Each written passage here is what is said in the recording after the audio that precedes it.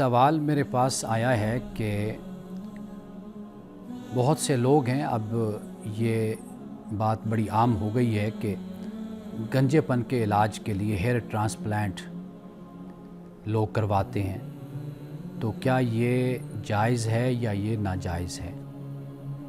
دیکھیے، ہم روایات میں کہیں پر یہ پڑھتے ہیں کہ رسول اللہ صلی اللہ علیہ وسلم نے وگ کا جو استعمال ہے اس سے آپ نے منع فرمایا۔ اگر آپ غور ذرا کریں تو وگ میں جو ایک مسئلہ آتا ہے وہ ہوتا ہے کہ یہ ایک دھوکہ ہے یا ایک فریب ہے، دوسرا انسان دھوکہ کھا جاتا ہے۔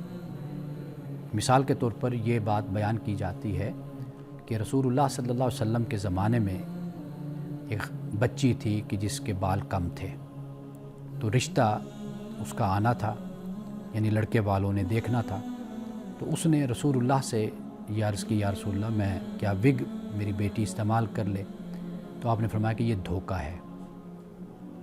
کیوں فرمایا؟ اس لیے کہ لڑکے والے آئیں گے، لڑکی کو دیکھیں گے تو وہ وگ کے ساتھ دیکھیں گے، وہ خوبصورت بھی لگ رہی ہوگی اور وہ یہی سمجھیں گے کہ بھئی یہ اس کے اپنے اصلی بال ہیں۔ تو لیکن واضح بات ہے کہ زندگی تو دھوکے پہ نہیں گزرتی میاں بیوی کی، حقائق پھر واضح ہو جاتے ہیں۔ تو پھر اس سے ہوگا کیا؟ خامند یا خامند کے گھر والے وہ پھر کہیں گے کہ بھئی آپ لوگوں نے ہمیں دھوکہ دیا۔ واضح بات ہے کہ یہ ایک دھوکے کی صورت بن جاتی ہے۔ تو جہاں پہ دھوکہ ہے، فریب ہے، یعنی اخلاقی طور پر کوئی خرابی آ جاتی ہے، ہم یہ دیکھتے ہیں کہ پھر اس کی ممانعت ہوتی ہے۔ لیکن اگر ٹرانسپلانٹ کو ہم دیکھیں تو یہ کوئی دھوکہ نہیں ہے، یہ یوں کہہ لیجئے کہ اسی انسان کے اپنے بال ہوتے ہیں جو اس کے سر پر لگائے جاتے ہیں، تو لہٰذا یہ جائز ہے، یہ کیا جا سکتا ہے۔ بڑی موٹی سی بات اور بڑی آسان سی بات میں نے آپ کو بتا دی ہے۔ ایک بات جہاں پہ شرک ہو، جو دین اسلام کی واضح تعلیمات کے خلاف ہے کوئی عمل، تو واضح بات ہے کہ اگر ایسی کوئی چیز کہیں پر پائی جائے تو وہ بھی ناجائز اور حرام ہے۔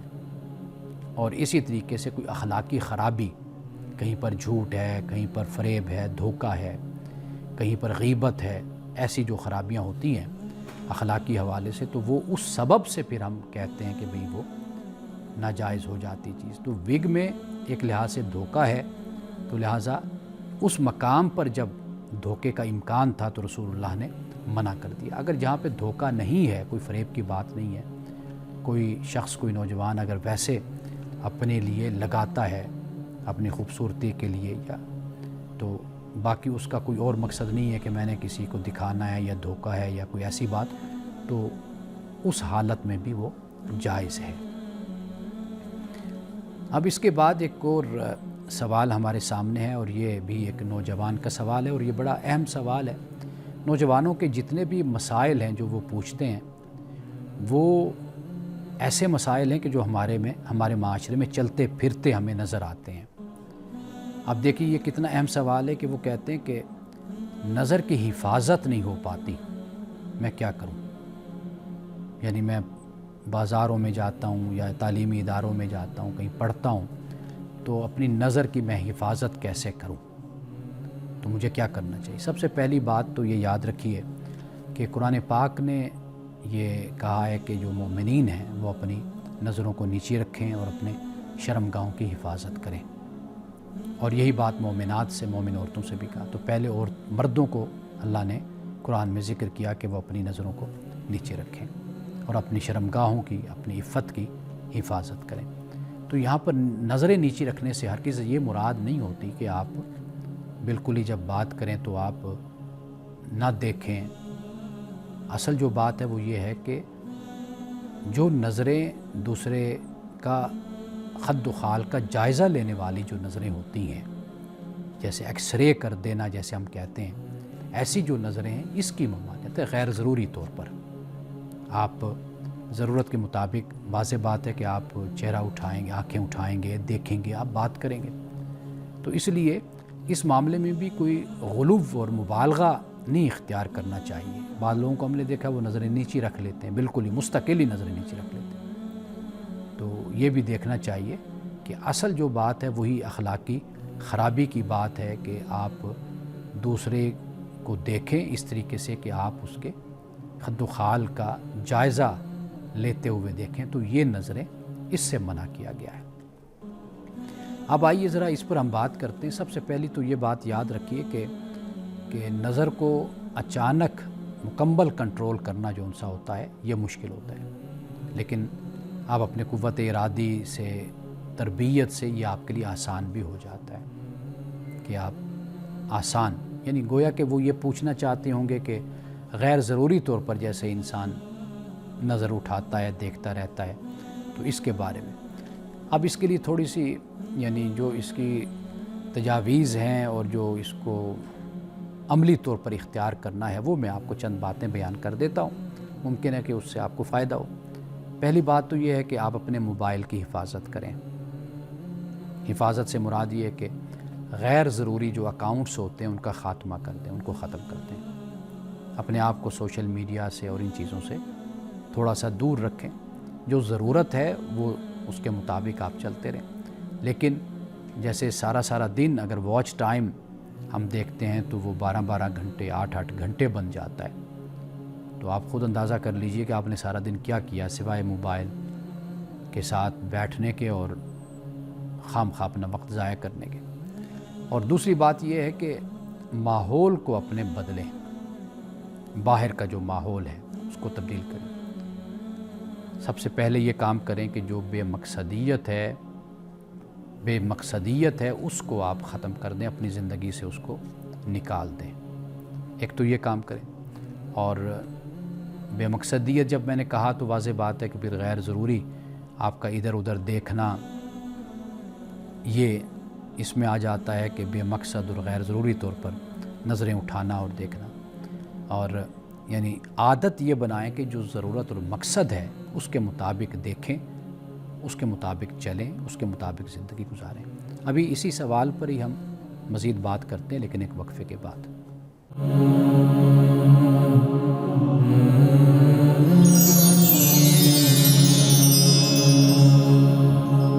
وقفے سے پہلے ہم اس سوال پہ بات کر رہے تھے کہ نظر کی حفاظت، نوجوان کہتے ہیں نہیں ہو سکتی، تو میں کیا کروں؟ تو میں اسی پہ ہی بات کر رہا ہوں۔ تو اب آگے چلتے ہیں۔ ایک تو ہے باہر کا ماحول، اس کو آپ تبدیل کریں، اور اس میں جو بے مقصدیت ہے اس کو ختم کریں۔ دوسری بات یہ کہ آپ نے اندر کا ماحول بدلیں، باطن کا۔ وہ کیسے بدلا جا سکتا ہے؟ ایک تو صالح لوگ، مثبت، تعمیری، اچھے لوگ، نیک لوگ، ان کی صحبت اختیار کریں، یعنی ان سے تعلق بنائیں، ان کے ساتھ بیٹھیں، یہ ضرور آپ اختیار کریں۔ دیکھیے جو کمپنی ہوتی ہے نا، یہ انسان کو بدل دیتی ہے۔ اچھے لوگوں کے ساتھ بیٹھنا، ایسے لوگوں کے ساتھ کہ جو جذبات رکھنے والے لوگ ہوتے ہیں، عمل کرنے والے لوگ ہوتے ہیں، جو حوصلہ دینے والے لوگ ہوتے ہیں، مایوس لوگ نہیں ہوتے، ان کی صحبت کو آپ اختیار کریں۔ اور پھر یہ کہ با مقصد سرگرمیاں، اس کو آپ اختیار کریں۔ قرآن کو پڑھیے، مطالعہ کیجیے، جیسے میں پہلے بات کر رہا تھا کہ قرآن جو ہے وہ آپ کے اندر کا جو پریشر ہوتا ہے اس کو کم کر دیتا ہے۔ پریشر سے مراد یہ کہ برائی کا پریشر کہہ لیجیے اسے، خواہشات کا، ہوائے نفس کا جو پریشر ہوتا ہے، اس کو قرآن پاک جب پڑھتا ہے انسان تو اس میں جو پریشر ہے اس کو کم کر دیا، دباؤ کو کم کر دیا، انسان کو ایک نارمل انسان قرآن بنا دیتا ہے۔ تو قرآن مجید کو آپ پڑھیے، اس کا مطالعہ کیجیے، نیک لوگوں کے ساتھ، اچھے لوگوں کے ساتھ بیٹھیے۔ اور پھر یہ ہے کہ ٹریگرز کی پہچان کریں۔ کی پہچان سے مراد یہ ہے کہ کون سی صورتحال میں نظر پھسل جاتی ہے، کون سی صورتحال ہوتی ہے۔ اگر آپ اس کی تشخیص کر لیں اور یہ معلوم کر لیں، آپ یوں سمجھیے کہ 50% آپ کا مسئلہ حل ہو جائے گا۔ ٹریگر اس کی پہچان کرنے کہ یہ جو صورتحال بنتی ہے، یہ نظر پھسلتی ہے، تو کس صورتحال میں نظر میری پھسلتی ہے، اس کی کیا وجہ ہوتی ہے، اس کو آپ اپنے ذہن میں رکھیں، اس پر توجہ کریں۔ تو 50% تو مسئلہ آپ کا اس سے حل ہو جائے گا۔ اور آخری بات کہ جو ہمیشہ اللہ کی بات ہے، اللہ کے رسول کی بات ہے، اور اللہ کے رسول کے بعد جو نیک لوگ ہیں ان کی بات ہے، وہ یہ ہے کہ مایوس نہ ہو، مایوسی اپنی زندگی سے نکال دیں۔ یعنی مسئلہ گرنا نہیں ہوتا کہ انسان گر جاتا ہے، مسئلہ ہوتا ہے گرتے رہنا۔ گرنا مسئلہ نہیں ہے، گرتے رہنا اصل میں یہ مسئلہ ہے۔ انسان گرتا ہے، انسان کو ٹھوکر لگتی ہے، لیکن ٹھوکر کھاتے ہی رہنا، گرتے ہی رہنا، گناہوں کی دلدل میں پھنسے ہی رہنا، یہ ایک بالکل مختلف چیز ہوتی ہے۔ تو لہٰذا اللہ سے توبہ کریں، اللہ سے معافی مانگیں، اور اپنے ماحول کو جتنا جلدی ہو سکے وہ بدلیں۔ اور آخر میں اللہ سے یہ دعا کریں کہ اللہم اغفر لی ذنبی، کہ اللہ میرے گناہوں کو معاف کر دے، وطاہر قلبی، میرے دل کو پاکیزہ، میرے دل کو پاک اور صاف کر دے، وحسن فرجی، اور میری جو شرمگاہ، میری جو عفت ہے، میری جو عصمت ہے، میری جو موڈیسٹی ہے، چیسٹیٹی ہے، اے اللہ تو اس کی حفاظت فرمائے۔ اس لیے کہ آپ گناہوں سے بچتے ہیں تو اللہ کی توفیق سے بچتے ہیں، اس کی رحمت سے بچتے ہیں۔ آپ کوئی اچھا کام کرتے ہیں تو اللہ کی توفیق سے کرتے ہیں، اللہ کے کرم سے کرتے ہیں۔ تو لہٰذا کبھی اپنی صلاحیتوں پر گھمنڈ مت کیجیے، اپنے آپ پر کبھی بھی تکبر مت کیجیے۔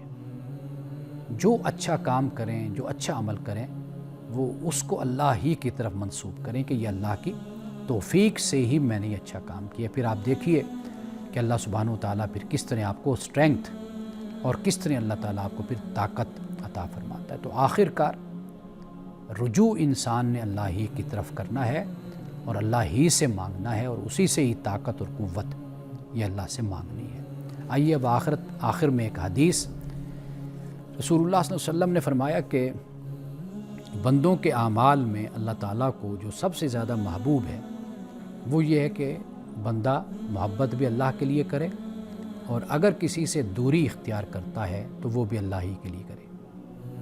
اللہ کے نیک بندوں کے پاس بیٹھتا ہے، جاتا ہے، سیکھتا ہے تو وہ اللہ کے لیے، کیونکہ وہ اللہ کے نیک بندے ہیں۔ اور جن سے دوری اختیار کرے تو ان سے دوری اس بنیاد پر اختیار کرے کہ یہ وہ لوگ ہیں کہ جو اللہ سے دور ہیں، یہ اللہ کے لیے اپنے دلوں میں بغض رکھتے ہیں، تو لہٰذا ان سے دوری اختیار کرے۔ تو اللہ کی نظر میں سب سے اچھا کام یہی ہے کہ اس کی محبت میں لوگوں سے محبت ہو، اور اس کی وجہ سے ہی لوگوں سے دوری اختیار کی جائے۔ انہی الفاظ کے ساتھ اجازت دیجیے، انشاءاللہ کل پھر دوبارہ آپ سے ملاقات ہوگی۔ السلام علیکم ورحمۃ اللہ وبرکاتہ۔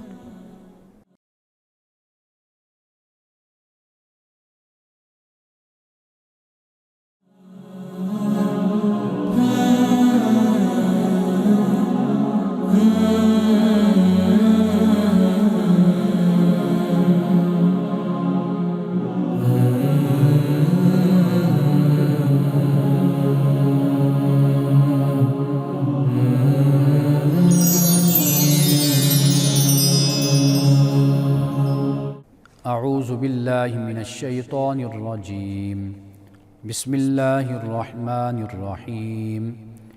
اذ تبرأ الذین اتبعوا من الذین اتبعوا ورأوا العذاب وتقطعت بهم الاسباب، وقال الذین اتبعوا لو ان لنا کرة فنتبرأ منهم كما تبرؤوا منا كذلك يريهم الله أعمالهم حسرات عليهم وما هم بخارجين من النار، صدق الله العظيم۔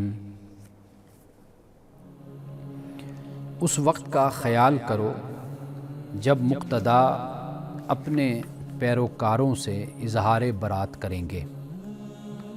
مقتدا یعنی رہنما، اور وہ عذاب سے دوچار ہوں گے اور ان کے تعلقات یک قلم ٹوٹ جائیں گے، اور ان کے پیروکار بھی کہیں گے کہ اے کاش ہمیں دنیا میں ایک بار اور جانا نصیب ہوتا کہ ہم بھی ان سے اسی طرح اظہار برات کر سکتے جس طرح انہوں نے ہم سے اظہار برات کیا ہے۔ اس طرح اللہ ان کے اعمال کو حسرت بنا کر دکھائے گا، یعنی اللہ سبحانہ و تعالیٰ ان کے اعمال کو ان کے لیے ایک حسرت اور سرمایہ حسرت بنا دے گا اور انہیں دوزخ سے نکلنا نصیب نہ ہوگا۔ پروگرام الکلام میں آپ تمام دیکھنے والوں کو میں خوش آمدید کہتا ہوں۔ آج 2 آیات ہیں، آیت نمبر 166 اور آیت نمبر 167۔ ان 2 آیات میں ایک بہت ہی اہم پیغام ہے۔ قرآن مجید میں صرف اس مقام پر نہیں، یعنی سورۃ البقرہ کی آیت نمبر 166 اور 167 میں صرف نہیں ہے، بلکہ یہ پیغام قرآن مجید میں پھیلا ہوا ہے۔ یہ سبق ہے، ایک لیسن ہے دنیا میں رہنے والوں کے لیے کہ جو پیروکار ہیں، پیروی کرتے ہیں اور جو پیروی لوگوں سے کرواتے ہیں، یعنی لوگ جن کے پیچھے چلتے ہیں، جو لوگوں کو لیڈ کرتے ہیں۔ یہ 2 آیات اور قرآن مجید میں یہ پھیلا ہوا مکمل میسج یہ اسی کی ہی نشاندہی کرتا ہے۔ یعنی آپ دیکھ لیجئے کہ دنیا میں پیروکار وہ مرید ہو سکتے ہیں، وہ چاہنے والے ہو سکتے ہیں، وہ سیاست ہو، وہ مذہب ہو، وہ روحانیت ہو، کوئی بھی میدان ہو، وہ ایک ہی شخص کو اپنا سب کچھ مان لیتے ہیں۔ وہی حق کا، باطل کا، وہی سچ کا، جھوٹ کا معیار بن جاتا ہے۔ وہ یہ نہیں سوچتے کہ یہ شخص جس کا تعلق مذہب سے ہے یا سیاست سے ہے یا روحانیت سے ہے، کسی بھی حوالے سے یہ شخص بھی غلطی کر سکتا ہے، اس سے بھی خطا ہو سکتی ہے۔ وہ یہ ضد میں کہہ لیجئے، عقیدت میں کہہ لیجئے یا محبت میں کہہ لیجئے، وہ اس بات کو تسلیم کرنے کے لیے ہی تیار نہیں ہوتے، اور ان کا رویہ ایسا رویہ ہوتا ہے کہ وہ ہر اس شخص کے ساتھ الجھ جاتے ہیں کہ جو اس کے بارے میں کوئی صحیح بات یا سچ بات اپنے منہ سے نکالتا ہے۔ قرآن مجید یہ بیان کر رہا ہے کہ کل قیامت کے دن جو صورتحال ہوگی، وہ صورتحال یہ ہوگی کہ یہی لوگ کہ جو پیروکار ہیں، پیروی کرنے والے ہیں اور جو ان کے پیچھے چلتے ہیں، اور پھر جو لیڈرز ہیں، رہنما ہیں، خاص طور پر جو پہلی آیت ہے، آیت نمبر 166، اس میں اسی بات کو بیان کیا گیا کہ کل قیامت کے دن یہ جو رہنما ہیں، یہ جو پیر ہیں اور جو یہ راہبر ہیں، وہ سیاسی ہیں یا مذہبی کوئی بھی ہے، ان کے پیچھے یہ چلنے والے ہیں، یہ خود یہ رہنما کل قیامت کے دن ان سے اظہار برات کر دیں گے۔ یعنی کسی طریقے سے بھی یہ نہیں تسلیم کریں گے کہ ہم ان کے ذمہ دار ہیں، یا یہ انہوں نے دنیا میں جو ہماری پیروکاری کی، ہمارے پیچھے چلے، ہم سے عقیدت رکھی، ہم اس کے ذمہ دار ہیں۔ نہیں، وہ کہیں گے کہ ہم تو جانتے نہیں یہ لوگ کون ہیں جو ہمارے پیچھے چلتے رہے، ہم کوئی ان کو زبردستی اپنے پیچھے چلایا تھا، کوئی ہم نے جبر کیا تھا۔ قیامت کے دن وہ خدا کی بارگاہ میں اظہار برات کر دیں گے۔ قرآن یہ کہتا ہے کہ پھر سلسلہ ان کا آپس میں کٹ جائے گا، ختم ہو جائے گا۔ واضح بات ہے کہ دنیا میں کوئی شخص اگر یہ عقیدہ رکھتا ہے کہ یہ فلاں جو ہے یہ قیامت کے دن میرے کام آ جائے گی ہستی، یا یہ مجھے چھڑوا کر خدا کے حساب و کتاب سے بچا کر مجھے جنت میں لے جائے گی، تو یہ عقیدت تو بس، اور یہ عقیدہ تو دنیا میں رہ جائے گا۔ وہاں پر جو چیز کام آنی ہے وہ ایمان اور عمل صالح ہے۔ قرآن مجید نے یہ بات بالکل علی الاعلان واضح طور پر بیان کر دی تاکہ کوئی شخص بھی اس معاملے میں شک میں نہ رہے۔ کوئی شک و شبہ ہو ہی نہیں سکتا، قرآن نے اتنی کلیئرٹی کے ساتھ بیان کر دی۔ صرف ایک مقام نہیں، بہت سے مقامات ہیں۔ ایمان کا ذکر کیا تو عمل صالح کا ساتھ ذکر کیا۔ ایسا نہیں ہے کہ صرف ایمان کا، مسلمان بن جانے کا، مومن بن جانے کا بس ذکر کیا ہو کہ آپ نے کلمہ پڑھ لیا رسول اللہ صلی اللہ علیہ وسلم کی ختم نبوت پر آپ ایمان لے آئے، آخرت کو مان لیا، تو لہٰذا اب آپ کو یہ سرٹیفکیٹ اور یہ لائسنس مل گیا کہ اب آپ جو غلط کام کرتے رہیں گے قیامت کے دن اللہ بخش دے گا۔ قرآن پاک نے بالکل اس تصور کو نگیٹ کیا ہے، ایمان اور عمل صالح یہ دونوں باتیں بیان کی ہیں۔ اب یہ جو دنیا میں پیروکاری کرنے والے ہیں، پیروی کرنے والے ہیں، یہ اسی طرح کے ہی نظریات اور عقائد میں گھرے رہتے ہیں، یعنی ان کا خیال یہ ہوتا ہے کہ بس ہم جس کے مرید ہیں، جو ہمارا پیر ہے، بس وہ ہمیں کل قیامت کے دن چھڑوا کر لے جائے گا۔ اور اس طرح کے پھر شعر و شاعری بھی ہمارے ہاں کی جاتی ہے اور مذہبی محفلوں میں پڑھی جاتی ہے۔ یقین کیجئے کہ یہ سوائے دھوکے کے کچھ نہیں ہے۔ قرآن مجید نے جو بات علل اعلان اور واضح طور پہ بیان کر دی، بلکہ گزشتہ اقوام کا جو رویہ تھا، قرآن نے اس بنیاد پر مسلمانوں پر یہ بات واضح کی ہے، مسلمانوں کو یہ بات بتا دی ہے کہ بھئی پہلی قومیں اسی طرح سوچا کرتی تھی، لیکن اللہ نے قرآن پاک میں واضح طور پر اس بات کو بیان کیا کہ بھئی یہ تمہارے اپنے واہم ہیں، تمہارے اپنے خیال ہیں، تمہارے اپنی جھوٹی خواہش ہے۔ اگر کوئی اس پر دلیل ہے تو قرآن کہتا ہے تو پھر کوئی دلیل لاؤ، فاتو برہانکم ان کنتم صادقین۔ تو دلیل کہاں سے لائیں؟ دلیل تو کوئی نہیں ہے، اپنے ہی وضع کردہ اور اپنے ہی اختراع کیے ہوئے یہ نظریات اور خیالات ہیں۔ تو لہٰذا یقین کر لیجئے، قرآن پاک سارا پڑھ لیجئے، سورۃ الفاتحہ سے لے کر سورۃ الناس تک، کہیں پر بھی اس بات کا ذرہ برابر بھی ذکر نہیں ملتا۔ اب سب سے اہم بات جو سمجھنے والی ہے وہ میں آپ کو سمجھانا چاہتا ہوں کہ قرآن کیا بیان کرتا ہے۔ قرآن مجید نے شیطان کو بھی ایک لیڈر کے طور پر بیان کیا ہے، یعنی ایک گمراہ رہنما ہے،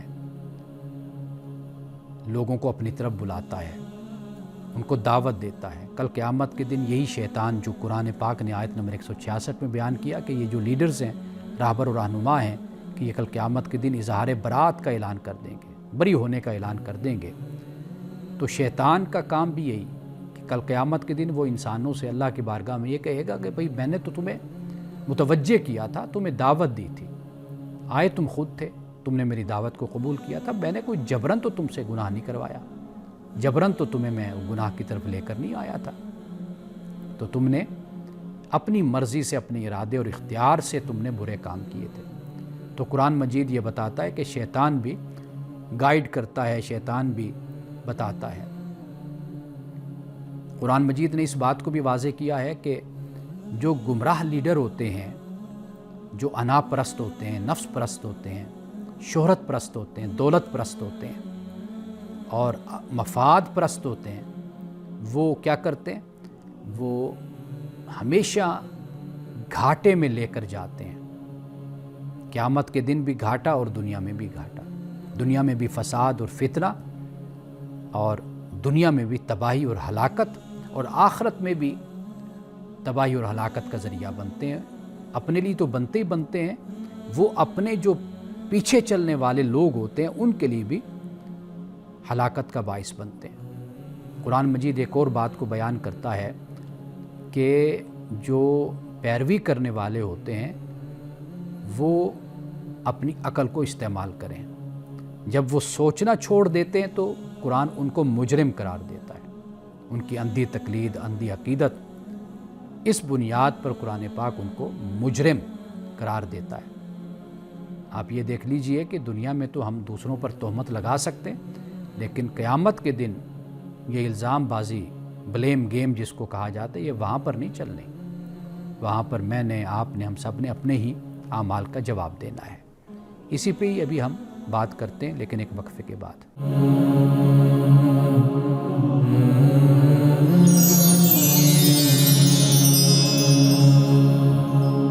میں بات اس نقطے پہ کر رہا تھا کہ قرآن مجید نے واضح طور پر یہ حقیقت بیان کر دی کہ کل قیامت کے دن کوئی لیڈر، کوئی رہنما اپنے پیروکار کے کام نہیں آئے گا، اور کوئی پیروکار اپنے راہبر و رہنما سے یہ تقاضا نہیں کر سکتا کہ میں آپ کے پیچھے چلتا رہا ہوں، تو لہٰذا میں غلط چلتا رہا یا صحیح چلتا رہا، میں نے آپ کی بہرحال پیروی کی ہے، اندھی تقلید میں نے آپ کی ہے، تو لہٰذا اب آپ مجھے یہاں سے چھڑوا لیں۔ بلکہ وہاں تو جو صورتحال ہونی ہے قرآن مجید نے اس کو بھی بیان کرنا ہے، بیان کر دیا ہے۔ یعنی وہاں پر جو صورتحال اور حالات ہونے وہ تو یہ ہے کہ ہر شخص یہ چاہے گا کہ بس میں کسی طرح یہاں سے نکل جاؤں۔ قرآن تو یہ کہتا ہے کہ باپ اپنی اولاد سے بھاگے گا، میاں بیوی ایک دوسرے سے بھاگیں گے، دوست ایک دوسرے سے بھاگیں گے، وہاں تو یہ صورتحال ہوگی۔ تو وہاں پر کون بھلا لیڈر، کوئی راہبر، کوئی رہنما کھڑا ہو کر کہے گا جی یہ میرے پیروکار ہیں، یہ میرے ہیں تو میں ان کو لے کر یہاں سے جاؤں؟ بلکہ وہ تو خود اس کو خود اپنی جان کے لالے پڑے ہوں گے کہ وہ نکلے تو بات بنے نا۔ تو اب ایک اور مقام ہے سورۃ الاعراف میں جہاں اللہ سبحانہ وتعالیٰ نے اس بات کو اس طرح بھی بیان کیا ہے کہ یہ جو پیچھے چلنے والے ہوں گے ان پر جب حقیقت کھل جائے گی۔ اب میں اس سے پہلے ایک اور بڑی اہم بات آپ کو قرآن ہی کی روشنی میں بتاتا ہوں۔ قرآن بل مکر اللیل والنہار کی بات کرتا ہے۔ جو ہمارے ہاں پروپیگنڈا ہوتا ہے نا، آپ دیکھیے کہ اتنا شدید پروپیگنڈا ہوتا ہے، جس کو چاہیں آپ شیطان بنا دیں اور جس کو چاہیں آپ ایک نیک انسان بنا کر پیش کر دیں۔ اتنا پروپیگنڈا ہر لحاظ سے۔ یہ بات بھی قرآن پاک بیان کر رہا ہے کہ بھئی رات اور دن آپ نے ایک چال بازی، پروپیگنڈا، ایک مکر و فریب کا جو ایک آپ نے جال بنا ہوا تھا، ہم تو اسی میں پھنس کے رہ گئے تھے۔ ہمیں کچھ اور سنائی نہیں دیتا تھا، کچھ اور سمجھ نہیں آتی تھی، کوئی اس سے ہم باہر نکلیں یا تمہارے یہ جو مکر ہیں یہ کمزور ہوتے، ختم ہوتے تو ہم بھی کچھ حقیقت اور حق کو سننے والے بنتے ہیں۔ تو وہ اس پر بھی بلیم کریں گے، الزام لگائیں گے اپنے لیڈروں پر، رہنماؤں پر، کہ آپ لوگوں نے سارا دن ایسی کوئی ریل چلائی تھی، ایسی کوئی بریکنگ نیوز آپ نے سارا دن چلائی کہ ہم اس سے ہٹ کر سوچنے کے قابل ہی نہیں رہے۔ یہی صورتحال ہے آج، آپ دیکھ لیجئے، قرآن پاک اس کی بھی نشاندہی کرتا ہے۔ لیکن باوجود ہے کہ سارا دن پروپیگنڈا ہوتا رہا، بریکنگ نیوز چلتی رہی، سب کچھ، لیکن قرآن پھر بھی یہ بات بیان کرتا ہے کہ ذمہ دار پھر بھی ہر انسان اپنے عمل کا ہوگا۔ کوئی شخص یہ نہیں کہہ سکتا کہ سارا دن یہ مکر و فریب ہوتا رہا اور یہ پروپیگنڈا ہوتا رہا تو لہٰذا ہمیں سمجھ نہیں آئے کہ سچ اور جھوٹ کیا ہے، ہم نہیں سمجھ پائے، ہم جھوٹ کے پیچھے چلتے رہے۔ اللہ سبحانہ وتعالیٰ اس پر کبھی بھی کسی کو چھوڑے گا نہیں۔ اللہ نے آپ کو عقل دی ہے۔ میں ہمیشہ یہ بات کہتا ہوں کہ اللہ نے اس معاملے میں کوئی کمی نہیں چھوڑی۔ انسان کو عقل دی ہے، انسان کی فطرت ہے، خیر و شر کا شعور ہے، اللہ نے اپنی ذات کا شعور انسان کے اندر رکھا ہے، اللہ نے انسان کو آنکھیں دی ہیں، یہ ساری کائنات ہے، انسان ان کو دیکھتا ہے، غور و فکر کرتا ہے، انسان کے کانوں میں آواز پڑتی رہتی ہے، اللہ کی آواز آتی ہے، اللہ کے پیغمبر اللہ نے ان کا انتظام کیا، ان کو بھیجا، اللہ کے نیک بندے زمین پر موجود ہوتے ہیں، اللہ کی کتابیں موجود ہیں۔ سب سے بڑی بات ہے کہ وفی انفسکم افلا تبصرون، تمہارے اندر سب کچھ ہے۔ بل الانسان علی نفسی بصیرہ، انسان خود اپنے اوپر بھی نظر رکھتا ہے، اس کو پتہ ہے سارا کچھ۔ ایحسب الانسان ان یترک سدی، کیا انسان یہ گمان کرتا ہے اس کو ایسے چھوڑ دیا جائے گا؟ یہ سب کچھ قرآن نے بیان کر دیا۔ اللہ نے پورا انتظام انسان کی ہدایت اور رہنمائی کا کر دیا ہے تاکہ انسان کل قیامت کے دن اللہ کے سامنے کوئی بہانے نہ گھڑ سکے۔ ساری حقیقتیں انسان کو بتا دی، معلوم ہو گئی ہیں۔ تو لہٰذا قرآن نے یہ بھی بیان کر دیا کہ مکر اور یہ فریب سارا دن اگرچہ تھا، اور یہ شکوہ بھی خدا کی بارگاہ میں یہ عوام بھی کرے گی، پیروی کرنے والے بھی کریں گے، لیکن پھر بھی جواب اپنا دینا ہے۔ اب آئیے جس بات کو میں نے چھوڑا میں اس بات کو واضح کر دوں کہ سورۃ الاعراف میں یہی جو پیروی کرنے والے ہیں جن سے رہنما اظہار برات کریں گے، یہ پیروی کرنے والے قیامت کے دن اللہ سے یہ کہیں گے کہ اے اللہ انہوں نے ہمیں بھٹکایا تھا تو ان کو دگنی سزا دے، ان کو ہم سے زیادہ سزا دے۔ اللہ فرمائے گا نہیں، سزا جو ملنی ہے وہ جو ماننے نہ ماننے پر، جو تمہیں میں نے عقل دی، تمہیں میں نے یہ سمجھنے کی، سوچنے کی صلاحیت دی، اس بنیاد پر ہونا ہے تم سے کہ تم نے کیوں نہ کوشش کی تم حق بات کو سمجھو۔ تو لہٰذا یہ جو ہمارے ہاں جملے بولے جاتے ہیں نا کہ بھئی کہ ہم تو عوام ہیں، یا تو ہم تو اتنے پڑھے لکھے نہیں ہیں، تو لہٰذا ہمیں تو سزا کم ملے گی، یہ جو پڑھے لکھے لوگ ہیں یہ فلاں ہیں فلاں، ان کو ڈبل ملے گی خدا، ایسا نہیں ہے۔ میں یہ بات ہمیشہ کہا کرتا ہوں کہ جاننے والے کو سزا ملے گی کہ وہ جانتا تھا اور پھر اس نے وہ کام نہ کیا، اس کو پتہ تھا پھر اس نے اس کے الٹ کیا، اس کو تو سزا ملے گی۔ لیکن جو نہیں جانتا پھر غلط کام کرتا اس کو دو سزائیں ملیں گی، ایک نہ جاننے کی سزا اور پھر ایک غلط کام کی سزا۔ اگر وہ جانتا تو جان کر وہ غلطی سے بچ سکتا تھا، تو لہٰذا اس کو نہ جاننے کی بھی سزا ملے گی۔ کیوں نہ جانا اس نے؟ اس کو پتہ ہونا چاہیے خیر کیا ہے، شر کیا ہے، سچی بات کیا ہے، جھوٹی بات کیا ہے، یہ فلاں شخص جو ہمارا رہبر و رہنما بنا ہوا ہے اس میں کتنی حقیقت ہے، یہ کیسا انسان ہے، یہ سب کچھ معلوم ہونا چاہیے، پتہ ہونا چاہیے۔ ٹھیک ہے کسی کی پیروی کی جاتی ہے، لیکن اندھی تقلید اور اندھی پیروی نہیں کی جاتی، وہ کوئی شخص بھی ہو سکتا ہے۔ قرآن پاک نے اس کو بالکل واضح طور پہ بیان کر دیا کہ ایمان والو اللہ اور اس کے رسول کی اطاعت کرو، اللہ اور اس کے رسول کی اطاعت کرو۔ یہ اطاعت انکنڈیشنل ہے۔ وَأُولِي الْأَمْرِ مِنْكُمْ، جہاں تک اولی الامر کی تاکید کی پیروی کا معاملہ ہے، قرآن پاک نے بیان کر دیا کہ اگر کوئی مسئلہ پیدا ہوتا ہے، اختلاف ہوتا ہے، تو اس کو اللہ رسول کی طرف لوٹاؤ، اللہ رسول سے پوچھو کہ اس مسئلے کا حل کیا ہے، پھر اس کے مطابق فیصلہ کرو۔ تو یہ قرآن پاک نے واضح طور پہ بیان کر دیا۔ تو ناظرین اکرام، یہ پہلا مقام ہے سورۃ البقرہ میں کہ جہاں اللہ سبحانہ و تعالیٰ نے اس بات کو واضح طور پر بیان کر دیا کہ جب قیامت کے دن یہ دونوں آئیں گے تو اللہ ان کا فیصلہ کیسے کرے گا، اور اس کا بیک گراؤنڈ اور اس کا پس منظر کیا ہے۔ اس کا پس منظر اگر ہم پیچھے دیکھتے ہیں تو وہ ہے بت پرستی، وہ ہے اپنے جو بڑے ہیں ان کی پیروی، ان کے پیچھے چلنا۔ ما الفینا علیہ آباءنا، کہ جب پیغمبر یہ کہتا ہے کہ بھئی یہ حق راستہ اس پر چلو، تو کہتے ہیں ہم نے تو جو ہمارے بڑے ہیں وہ تو اسی راستے پر ہی ہم نے دیکھا ہے، جو شرک کا راستہ یا کفر کے راستے کو کہتے ہیں، یہ اس پر ہم نے اپنے بڑوں کو چلتے ہوئے پایا ہے، تو لہٰذا ہم نے تو اس کی پیروی کرنی ہے۔ تو قرآن کہتا ہے کہ بے شک وہ عقل سے عاری ہوں، وہ صم بکم ہوں فہم لا یعقلون، عقل بھی استعمال نہ پھر بھی کیا تم ان کے پیچھے چلو گے؟ نہیں، ان کے پیچھے پھر نہیں چلنا چاہیے۔ تو یہ وہ نقطہ ہے، یہ وہ بات ہے کہ جس کو یہاں پر اللہ سبحانہ و تعالیٰ نے بیان کیا ہے۔ اب آخر میں دیکھیے اللہ یہ فرماتا ہے کہ کذالک یریہم اللہ اعمالہم حسرات علیہم، اعمال ان کے لیے سامان حسرت بن جائیں گے، سرمایہ حسرت بن جائیں گے۔ یہ کیوں ہے؟ اس لیے کہ دنیا میں سٹرگل تو ہر کوئی کرتا ہے، اور ان کی سٹرگل اور ان کی کوشش اور ان کے اعمال ضائع کیوں ہوں گے؟ اس لیے کہ انہوں نے اندھی عقیدت اور اندھی تقلید میں یہ سارا کچھ کیا تھا۔ کیا تو انہوں نے بھی بہت کچھ تھا، اگر خون بہایا، مال اور دولت کو خرچ کیا، لیکن کیا کس پر؟ ایک شخص کی خواہش پر یا اپنے رہنماؤں کی خواہش پر یہ سب کچھ کر دیا۔